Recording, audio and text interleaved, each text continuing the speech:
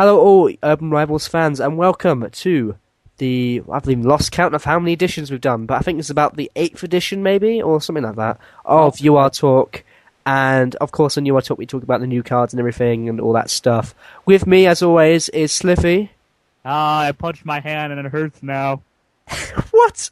And, that's about it, really. We didn't actually ask any other guests to come on because we wanted to do a little kind of review together, as kind of the brothers of UR Talk, I suppose.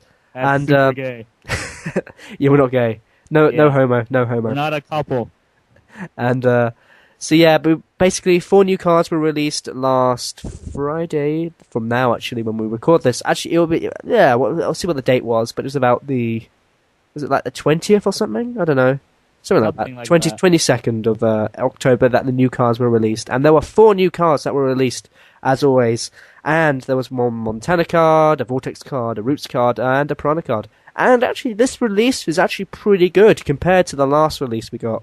And the last one after that one, actually. So That's I think an opinion. Yeah, my opinion there, I'm just saying. But it was a pretty good release, actually, in comparison to the pieces of crap that we've got recently. So let's just dive straight into this review, as always.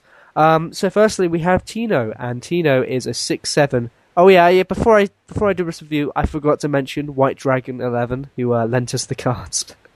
Thank you, as always, we forget him, but he's the guy who lends us all the cards and all that, so we can actually play with them. And the other guy I forgot to mention as well is RB Prince, who's providing the borders for the cards. So every time you see the lovely, kind of nice cards in front of you, that's the guy who provides the pictures of us. Anyway, right, sorry about that kind of quick kind of transition there, I suppose. Anyway, right, so let's go into the review. So, our first card was Tino, and Tino at 5 stars is a 6/7 with the ability defeat -3 opponent's life, min 3. So, what's your opinion on, what's your kind of first thoughts on it, Sliffy, firstly? 1 second, Uncle Sliffy's dying. Okay. Yeah. Okay, so, by the way, I'm a little sick still. As you can see from my status, I had the flu and I still do. But I'm still here, so you're welcome. That's how committed he is to UR Talk, Yeah, for the fans, and all 2 of them. All 2 of them, which is just us 2. That's what I implied, yes. Yeah. Anyways, Tino, right? Yeah, go on. Tino's pretty... He's an okay card. 7 damage is always excellent for a card. 6 power may seem pretty bad, but it's pretty average for the Montana 5 stars. Defeat is a very nice thing to always have because it provides a lot of mind games. Because no one wants to take the 7 damage, but even if they outsmart you, they still take 3, which can open up some victory options. And he has attack manipulation, so your opponent doesn't want to pill a lot just to receive 3 damage anyways. That said, he is 5 stars, which takes up a lot of space, and that actually is a flaw, despite what people may say, because you can't fit him in with a lot of other cards. Most of the time, you don't want your 5 stars to be losing unless it's supposed to be toward a bluff that's supposed to be victorious. Like, you don't want to intentionally have your cards losing all the time, especially your 5 stars. When he needs to win, he's going to have a very hard time due to his 6 power. And since recently Elo had some kind of 5-star ban thing or something, yeah, he's not very practical in Survivor because he's too weak and he opens up to a KOs, but applying there's no Uranus or something to stop those. So overall, he's okay, but I don't think he's really that great. Okay, so just quickly going back to the Survivor thing, if the Elo bans are less lenient on the Elo Survivor, do you think maybe he might be used in Elo Survivor? Maybe? I don't think so, mostly because his clan isn't very good in Survivor, in my opinion. Don, Fabio, Endo, they don't really compare it against the Uluwatu, Uppers, Sentinel 5 stars. So there's really no... So I mean more kind of like Survivor Elo if the Elo bans aren't too bad. Yeah, as I said, I don't really see him still being used that often in Survivor, but that's just me. Okay. Yeah, I mean, do you think he's as good as Evola in kind of competition in that sense? Not really. Evola is great because she's a great mind gamer as well. When I hit you with Ricardo, or Prince JR if you want to be practical here. You and I have Evola on the field. You get scared. Like you don't want to get hit by the 2-hit KO, assuming you don't have any SOA or DR. So your entire game from then on is evolved around avoiding Evola.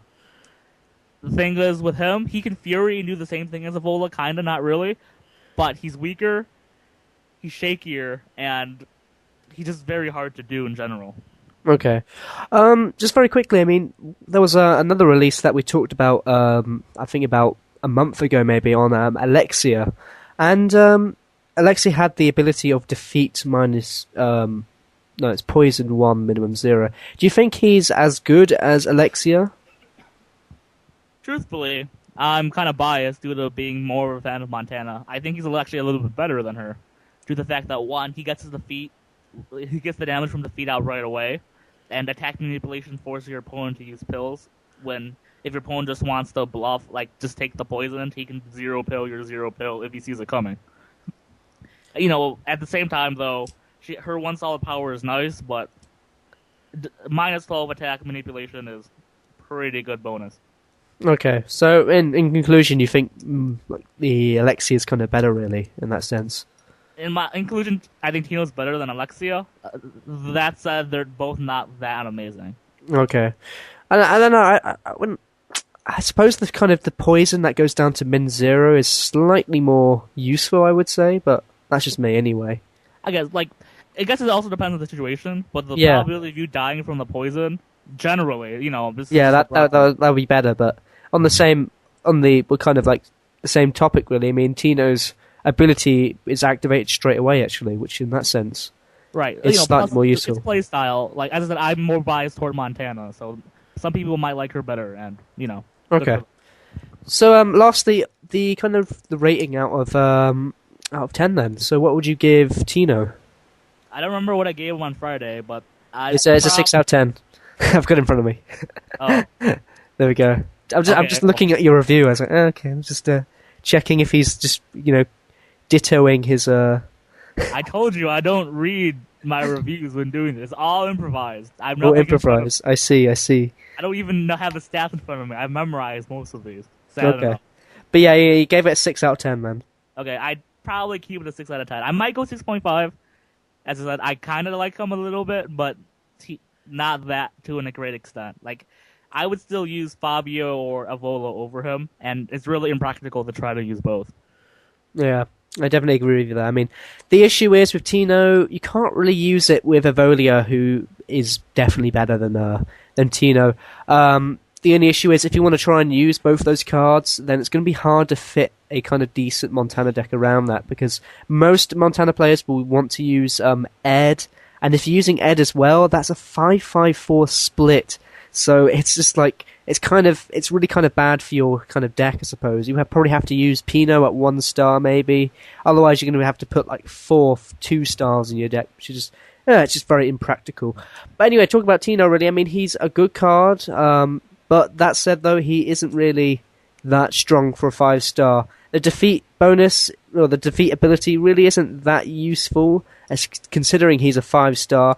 Maybe kind of a little safety net if everything goes wrong, maybe, and maybe a little bit of mind games. But unfortunately, to me, he's kind of a 5 star glub from the rescue. That's just my. Can I mention a little thing if possible? Yeah. Nothing to do with Tino, but it's just a small personal suggestion. If you have to use a 1 star Montana, I highly recommend using Ricardo. Oh yeah, okay, yeah, maybe Ricardo or Giovanni, who. Yeah, 4-2. Giovanni's a 4-1, I thought. Maybe I'm wrong. Is Giovanni a 4-1 or 4-2? Giovanni's 4-2 now at 1 star. They changed it over a little bit, so. Oh, did it? Okay. Yeah, because they. 4-1. Yeah, because like loads of noobs get Giovanni at the beginning, so that's why. Yeah, Giovanni and Ricardo, I think is better than Pino, just because that extra damage if you do win is nice. But yeah, anyway, yeah. So, for that reason, Tino, I would probably give him a 6 to 7 out of 10, maybe. I don't know. He's all right, but at the same time, 5 stars, it's just not good. Although 3 star. Although the good news is he's a common. So, yeah. if you're wanting a cheap Montana card for 5 star, and you're new to the game, you haven't got many clints, then yeah, Tino is a pretty good card then for teaching you the ways of the Montana. I still think he'd be so much better as a 3-star. Yeah, I think so too. Really, I mean, He'd be I- amazing as a anyway. 3-star. yeah. Oh, well.